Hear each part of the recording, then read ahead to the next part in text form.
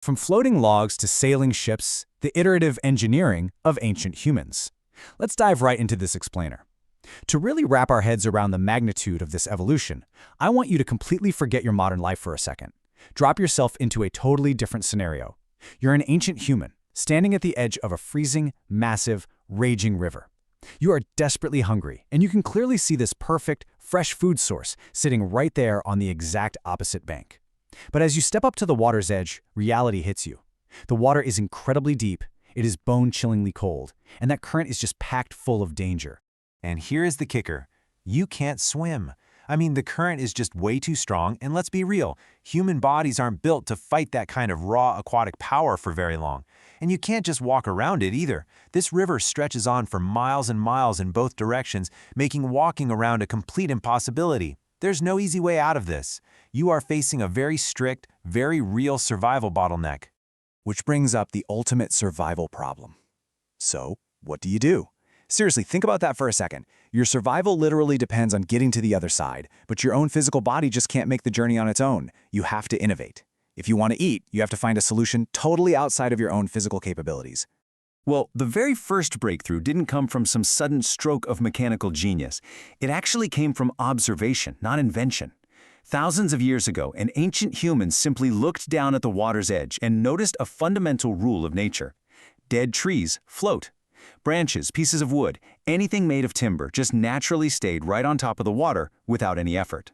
So humanity's very first water transport wasn't actually built at all. It was just picked up. Someone grabbed a floating tree trunk, hugged it tight, and literally just kicked their way right across that deep river, using the wood's natural buoyancy to survive. Now sure, a floating log works perfectly fine if you're just one person trying to keep your head above the surface. But there's a pretty massive flaw. You can't carry anything, and the log keeps rolling. You couldn't sit on it properly, and you definitely couldn't carry any of that much-needed food back across the river with you. It was super unstable and honestly totally inefficient. This single rolling tree trunk was just the prototype. It wasn't enough, and it officially kicked off an incredible thousands of years long process of iterative engineering. Version 1.0, the Raft. Ancient humans asked themselves a really logical question. What if we just tie multiple logs together? Using exactly what they had lying around, tough vines and cured animal skin ropes, they started lashing logs side by side. They took a rolling, unstable cylinder and ingeniously turned it into a flat, stable surface. It was finally big enough to carry multiple people, their families, and their food completely safely. And this seemingly simple invention led to something truly staggering. 50,000 years ago, the raft allowed humans to successfully cross open water. We know this works because it's exactly how early humans actually managed to reach Australia.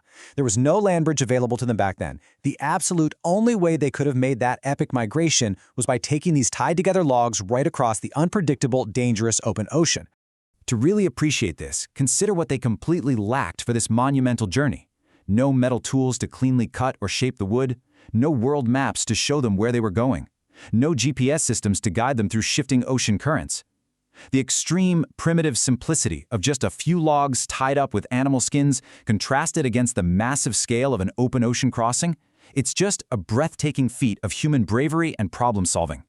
But, okay, yes, rafts successfully crossed oceans, but there was another glaring flaw. They were incredibly slow and heavy. They got the job done, but they were exceptionally sluggish dragging through the water, making long journeys totally exhausting. So instead of just tying more and more logs together, our early engineers had to look at that single log again and completely change their perspective on how a vessel should interact with the water. Version 2.0, the Dugout Canoe. They made this massive mental leap from simply assembling materials to actually carving them. They asked, what if we hollow the log out from the inside? Using controlled fire and sharp stone tools, they painstakingly burned and scraped away the dense core of large tree trunks. It was a ton of labor, but the result was a beautifully hollow, buoyant shell. This shifted the mechanics of water travel entirely. Unlike the slow, heavy, tied-together raft, the dugout canoe was light, fast, and completely hollowed out. By removing all that excess interior wood, they made the vessel incredibly light and significantly faster. Plus, it was remarkably easy to steer compared to a bulky raft. I mean, the user experience and the mechanics of water travel were completely revolutionized here. Early humans could now fish in much deeper waters, travel vastly longer distances with less effort, and even begin trading with other tribes across extensive river systems and massive lakes. Incredibly, the oldest dugout canoe ever found dates all the way back to 8000 BC. Let that sink in. That means it was built 10,000 years ago. And yet, if you look at the design, it is so perfect, so hydrodynamically sound that it fundamentally still looks exactly like a modern boat. The core engineering principles they discovered back then, displacing water with a curved, hollowed hull, are still the very same ones naval architects use today. But as with all engineering, hitting a plateau just means finding a new constraint. And the flaw this time was pretty straightforward. You are entirely limited by the size of a single tree. If your society is growing rapidly and you want to carry much larger volumes of trade goods, or maybe you want to cross increasingly bigger and rougher seas safely, well, simply carving out one single tree isn't going to cut it anymore. You can't just go out and find an infinitely large tree. You need a completely new, scalable way to build. Version 3.0, the sailing ship.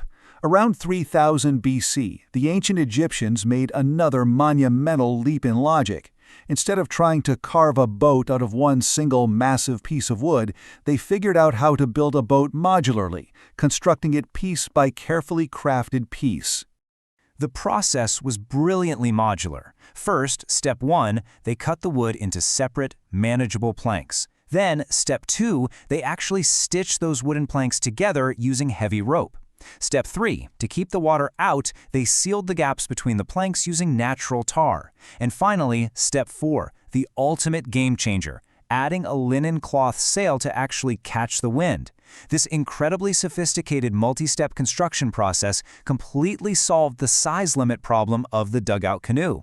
Suddenly, humans were harnessing the immense power of the wind itself. They weren't just crossing local rivers anymore, they were sailing up and down the Nile in huge cargo ships. They were actively trading across the entire Mediterranean and exploring distant, unknown coastlines. Just look at this incredible trajectory of human ingenuity. 50,000 years ago, we see tide log rafts crossing all the way to Australia.